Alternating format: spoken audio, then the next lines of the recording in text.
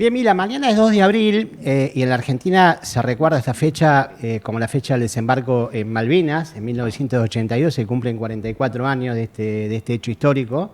Y nosotros quisimos conversar con dos vecinos que tuvieron la obligación, porque fueron enviados a las Islas Malvinas, que estaban haciendo su servicio militar, y que tuvieron que vivir esa experiencia, ¿no? Así que vamos a conversar con Carlos Alberio y con Javier Victorel, a la que estamos saludando. ¿Cómo les va? Buen día. Gracias por venir. Buenos días, gracias. Hablábamos fuera de micrófono, antes de la nota, que eran unos niños, ¿no? Realmente, 18, 19 años cuando les tocó esta experiencia, ¿no? ¿Cómo les lleva a ustedes ese momento de decir, bueno, me voy a las Malvinas? ¿Qué era de su vida hasta Claro, ese ¿cómo era su momento? vida? ¿No? Me imagino que habían terminado el secundario, estaban ahí. Dale. El caso mío es distinto. Yo no era un niño, yo tenía 26 años, porque yo estaba haciendo el servicio militar después de recibirme. Claro, vos podías pedir una prórroga. Yo tenía sí. prórroga y entonces estaba en la agrupación, me tocó hacerla en la agrupación Naval Antártica. Y me ofrecí como voluntario para hacer la campaña antártica, porque la única forma en esa época de conocer la Antártida era ir haciendo el servicio militar, como varios de Gide lo hicimos en ese momento. Entonces, digamos, cuando uno está en un buque se entera lo que te quieren decir, pero nosotros lo que sabíamos era que el 28 de febrero teóricamente terminaba la campaña y volvíamos al apostadero en Buenos Aires, y en lugar de encontrarnos al amanecer en Buenos Aires, estábamos en Ushuaia de vuelta. Eso fue el 28 de febrero del 82. Y entonces ahí no se sabía nada, se hablaba de que iba a haber nos decían que que se iba a montar una base en la isla de los Estados, una cosa así, y estuvimos hasta el 22 de 20, más o menos 20 creo, de marzo en Ushuaia, y embarcaron los comandos, los lagartos, que estaban al mando del teniente, tristemente famoso teniente Astiz. Y entonces fuimos primero a Orcadas a dejar un personal que iban a permanecer ahí en el invierno, y después fuimos a la isla de San Pedro en las Georgias del Sur. Más o menos el 25 nosotros estábamos ahí dando vueltas alrededor de la isla de San Pedro, donde se había producido que habían ido a desarmar una base ballenera, sí, de esa situación. El único que estaba era un rompehielos del Endurance que tenían los ingleses en Malvinas. Y bueno, el 2 de abril entonces se hace la formación y nos dicen que se había tomado las Malvinas. El buque que yo estaba no era un buque armado, no era un buque de guerra, era un transporte polar, el Bahía Paraíso. Y bueno, entonces ahí quedé en esa situación, que es distinta. O sea, cuando ellos van, yo casi ya estaba de vuelta. ¿Y tu caso, Javier? En el caso mío, yo salí en la primera baja por dragoneante y ingresé a hacer el ciclo básico en la UTN para ingeniería. Y mientras estaba haciendo el ciclo básico me llega la carta, como a todos los demás soldados, que para los chicos que vean este programa, en aquel momento estábamos bajo dictadura militar, bajo el proceso, y el servicio militar era obligatorio, y cuando vos salías del servicio militar estabas bajo bandera, era la terminación, la terminología que se utilizaba. Vos quedabas durante un periodo de tiempo después del servicio militar a disposición del ejército para que te reincorporen en caso de algún hecho bélico o alguna necesidad de defensa de la nación, ¿no? Y por eso juramos la bandera. Y bueno, teníamos la obligación de ir, si no ibas preso. Sí, obvio. Esa es la realidad, que muchos chicos no lo conocen, no lo saben. Entonces, esa era nuestra realidad. Recibimos la carta, inmediatamente cambiamos de planes Y bueno, fui en aquel momento a la peluquería, digo, me voy a recortar el pelo para ir con el pelo cortito por las dudas, para que no me hagan cualquier cosa allá. Cuando llegué me pelaron directamente, me pelaron y me inyectaron esa que es para todo tipo de males en la columna, que te deja 2 días tirado. Dijimos, bueno, esto va en serio. Pensábamos que entrábamos y salíamos. Yo me reincorporé el 8 de abril. Pero para mi gran sorpresa, el 2 de abril, el día del gran festejo, a viva voz en la Plaza de Mayo, 2 días antes de otro espectáculo similar, prácticamente pidiendo la cabeza de los militares, esa misma gente, el 2 de abril, estaba vivando. Entonces tenía una confusión en mi cabeza que realmente me hizo pensar feo. La misma que tenía yo, porque yo pensar feo, ¿no? La emoción del 30 de marzo yo estuve ahí, ¿no? Claro, no me caía la ficha. Digo, ¿cómo? Esa misma gente que estaba pidiendo la cabeza ahora los está aplaudiendo. Estamos mal, algo raro está pasando. Y bueno, y así fue. El 8 de abril me reincorporé y el martes 13 de abril, muy temprano a la mañana, nos subieron a los camiones y de ahí a Palomar, y de ahí en la vieja chancha de Aerolíneas Argentinas. En Aerolíneas Argentinas, la que hoy está en el... ¿Tecnópolis era? En Tecnópolis. Sí. Bueno, en ese avión viajé, tuve la suerte, el honor de viajar ahí, junto con otros tantos. Llegamos a Río Gallegos y de Río Gallegos subimos a otro avión que nos llevó a Malvinas. Y llegamos a las 11 de la noche de un martes 13 para los supersticiosos. Y a partir de ahí, el martes 13 para mí no es una desgracia, sino un día glorioso. Sí, seguro. ¿Qué fue esa experiencia de llegar a esto, ¿no? Me gusta que hagamos este contexto histórico. De golpe decís 30 de marzo, una situación en la plaza, 2 de abril, la gente victoriando, y de golpe uno... Jovencito, decías, tenías 19, de golpe aterrizando en Malvinas. Me sale este gesto como digo, ¿qué se hace? Digo, cumplí los 20 años estando prisionero. Así que festejé con el grupito de soldados que estaba conmigo. Brindamos con un jarro de café con leche de unos sobrecitos que encontramos mientras estábamos prisioneros, y con eso brindamos el día de mi cumpleaños, el 17 de junio. Yo no lo sé porque no estaba. No, ahí la pregunta para él. ¿Qué es ese desembarco? Hay que hacer historia, ¿no? En la memoria. Yo recuerdo que lo primero que se decía, los ingleses no van a venir, es muy lejos, no les conviene. Vinieron, o sea, en mayo fue el primer ataque y todos vimos que los ingleses sí venían, ¿no? ¿Ustedes qué pensaban cuando llegaron a Malvinas? ¿Que iba a haber guerra o que no? En tu caso vos ya habías invadido. Vos ya habías invadido la Georgia. A ver, nosotros el 2 de abril nos enteramos que se habían tomado, pero nosotros estábamos en la Georgia, que si ustedes piensan en el triangulito de la Antártida es el punto más alejado. Y bueno, ahí el buque se empieza a preparar para la guerra, pero digamos con fusiles FAL, claro. Porque se empiezan a sacar de la bodega. Y entonces el 3 de abril por la mañana llega de Puerto Belgrano la corbeta Guerrico con un batallón de infantería de marina y se produce la toma de la Georgia, que fue el 3 de abril. Nosotros no sabíamos, por ejemplo, lo del capital Giaquino en Puerto Argentino, de eso nosotros vos no había poca información. Nada. No era la forma tampoco de comunicación que existe hoy. Es lo que vos decías, en un buque en el sur del país. Porque vos estás aislado. Claro. Es decir, nosotros no...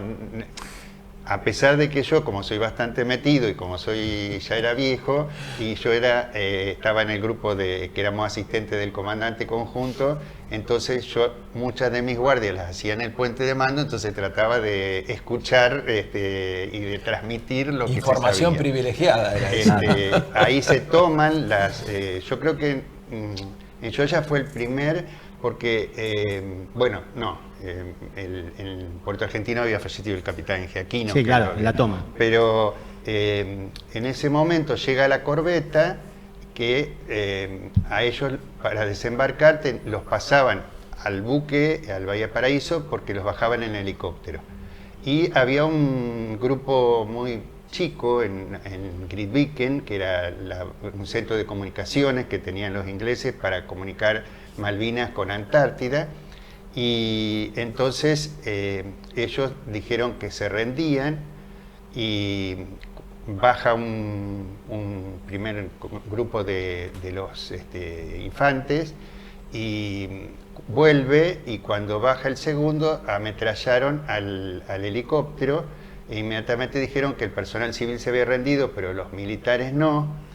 Entonces el piloto consigue aterrizar el helicóptero, dos soldados fallecieron en ese momento, y él consigue aterrizarlo, el cabo se baja corriendo para arriar la bandera inglesa y subir la bandera argentina, también lo ametrallaron e inmediatamente se rindieron. Y en ese momento de la corbeta, con un misil,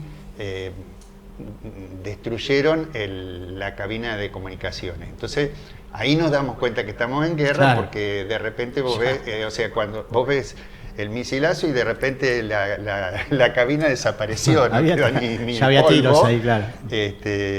Bueno, y esa fue para nosotros fue una... Primero, vos imaginate que nosotros estábamos... no habíamos ido a la guerra, habíamos ido a hacer el recambio del personal y el abastecimiento de las bases de la Antártida, y de repente estábamos en guerra sin saber nada de lo que estaba pasando en el continente. Además pienso que por más que uno pueda entender que estás en guerra, una cosa es la palabra y algo que uno puede imaginar, y otra cosa es la realidad, ¿no? Eso de golpe, el centro de comunicación acaba de desaparecer, están ametrallando a un compañero. Digo, uno puede imaginarse por películas, por lo que quiera, un concepto, pero otra cosa es la realidad. Y aparte nosotros no teníamos instrucción, pero tampoco teníamos armamento. O sea, la instrucción era la instrucción que se hacía, claro, que yo había tirado 3 tiros en mi instrucción, y era instrucción de infante de marina, que se suponía que era lo máximo. Yo había tirado 5, por eso te gané por 2. Y bueno, y de repente te ves en esa situación, y yo creo que en esas situaciones se ve lo bueno y lo malo de la gente, así como vos ves actos de gran heroísmo, de repente vos veías que el mismo personal de la Armada no estaba preparado para la guerra, porque eso a mí me pasó, que te decía, pero si nos van a hundir, ¿para qué vas a seguir trabajando? ¿Y qué hacemos? ¿Esperamos que nos hundan? Acá, que nos maten. En tu caso, Javier, ¿cuándo te diste cuenta o sentiste que, bueno, estoy metido acá, va a haber guerra? No sé en dónde te destacaron, pero ¿cuándo te diste cuenta que hubo guerra? Que estabas en la guerra. Nos dimos cuenta a partir de la explosión, el 1 de mayo. El 1 de mayo. El primer ataque. De mayo, cuando caen las primeras bombas de los aviones de gran altura, que intentaban destruir la pista, finalmente no lo hicieron, por suerte. Y días antes, nosotros cuando llegamos, el martes 13, no teníamos dónde quedar, así que quedamos en el aeropuerto hasta 2 días antes del inicio de la guerra, propiamente dicha, el 1 de mayo, el inicio del ataque, o el bautismo de fuego. Y la misión nuestra era descargar los aviones que venían con provisiones, comida, armamento, municiones y demás.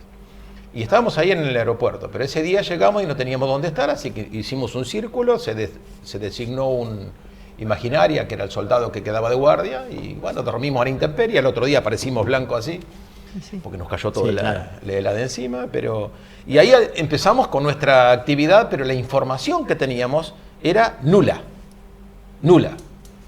El primer avión que bajamos era argentino, no sabíamos identificarlo, y nosotros a viva voz gritando, lo bajamos, con las antiaéreas argentinas. ¿Sí? Bueno, como dice él, ¿no? Había una instrucción. Pasaron los 5 Harrier adelante mío, 5 eran, creo, pasaron por adelante el estrecho que une el aeropuerto con el puerto, por donde ingresaban los barcos al puerto, donde vos ingresaste. Ahí había un barco que estaba, en lugar de estar paralelo al canal, estaba perpendicular. No entendíamos por qué. Bueno, Cuando pasaron los aviones, lo bombardearon y no le pegaron.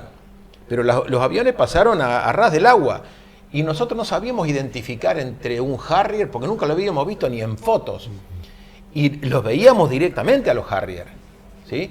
Y el día que bajaron este primer avión argentino, gritábamos porque pensábamos que nos venía a atacar y que lo bajaron, y resulta que después nos enteramos por el radio pasillo, porque la comunicación que teníamos era nula. Sí. Yo tenía una radio mochila, porque mi rol de combate era comunicaciones, era mecánico de electrónica, ¿sí? Junto con otro soldado. Y el grupo donde estábamos éramos del área de la compañía de servicios, con nuestro rol de combate era asistir al resto, no era primera línea ni segunda línea, no era estar con el arma 100%, el arma la teníamos por las dudas si nos atacaban, pero nosotros teníamos que asistir al resto, era servicio, ¿sí? Como estaban los del rancho que preparaban la comida, los mecánicos armeros, bueno, los enfermeros, los camilleros. Ese grupo éramos todas parejas de a dos, ¿sí? Y estábamos en un mismo lugar entre Puerto Argentino y el aeropuerto. Ese era nuestro lugar. Habíamos conseguido donde estaba la casa, la última casa al final del pueblo, estaba la gente de Encotel, eran civiles, a ellos los evacuaron, pero la casa no se podía ocupar. Nosotros ocupábamos un galponcito donde guardaban turba, el galponcito del fondo, pero por lo menos nos refugiábamos del viento y de la lluvia, ¿no? Pero el primero nos sorprende el ataque sin tener posiciones. Nosotros pensábamos que nos iban a atacar desde la zona norte o noroeste, desde el sur y sudeste, por eso toda la costa estaba minada, y nos atacaron en sentido contrario, entraron por Bahía San Carlos. Entonces nuestras defensas estaban totalmente mal. Primero que no teníamos suficiente defensa, porque nos sorprendió a todos. Vos dijiste si nos imaginábamos que íbamos a la guerra. No, al principio era una aventura. La mayoría pensábamos que era una aventura. La primera vez que iba a viajar en un avión para muchos, el hecho de estar en una situación que vos decís, vos te imaginás, todo en potencial, ¿no? Porque no había una preparación previa, mental, psicológica, para decir, vas a la guerra. Nadie nos dijo absolutamente nada. Fue por sorpresa. Y no quiero extenderme demasiado. No, está bien, se entiende. Tengo pocas preguntas, la verdad. O sea, tengo muchas, pero no sé cómo encauzarlas. Pienso hoy, tantos años después, ¿cómo ven ustedes la situación, lo que tuvieron que vivir? Bueno, un poco lo vienen diciendo, ¿no? Esta falta de preparación, esta cosa de estar obligados a responder. Un poco también lo hablábamos fuera de micrófono, que decíamos esto de, hoy nos cuesta, sobre todo a los jóvenes, pensar que nos puede llegar una carta y que tengamos que ir, no sé, a defender el país, o siento que es muy complejo pensar en la guerra. ¿Ustedes hoy cómo ven esa experiencia de haber atravesado una guerra? Mira, hay pensamientos encontrados, porque hoy viendo lamentablemente la decadencia que hay en gran parte de la juventud, yo amaba la carrera militar. Cuando hice el servicio militar me encantó. Hasta pensé en cambiar de profesión y seguir la carrera. Te lo juro, ¿eh? Qué loco, porque en general, vuelvo a esto. Me gustaba la parte que vi en la colimba. Claro, pero digo, a la vez era una etapa dictatorial. A los que somos jóvenes, a mí me genera como unas contradicciones enormes, porque venimos del 24 de marzo, donde vos ves o asociás, ¿no?, a todo lo que es lo militar.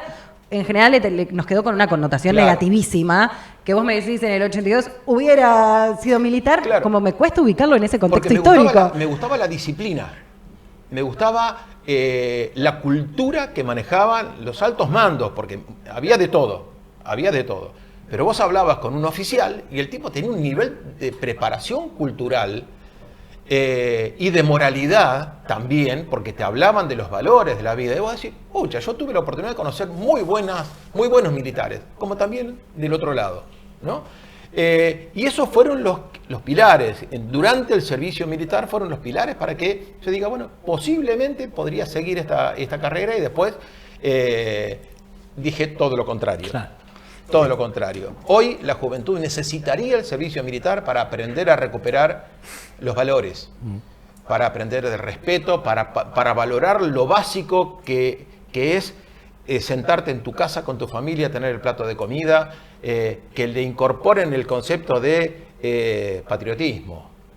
Hoy ven la bandera solamente para un partido de fútbol.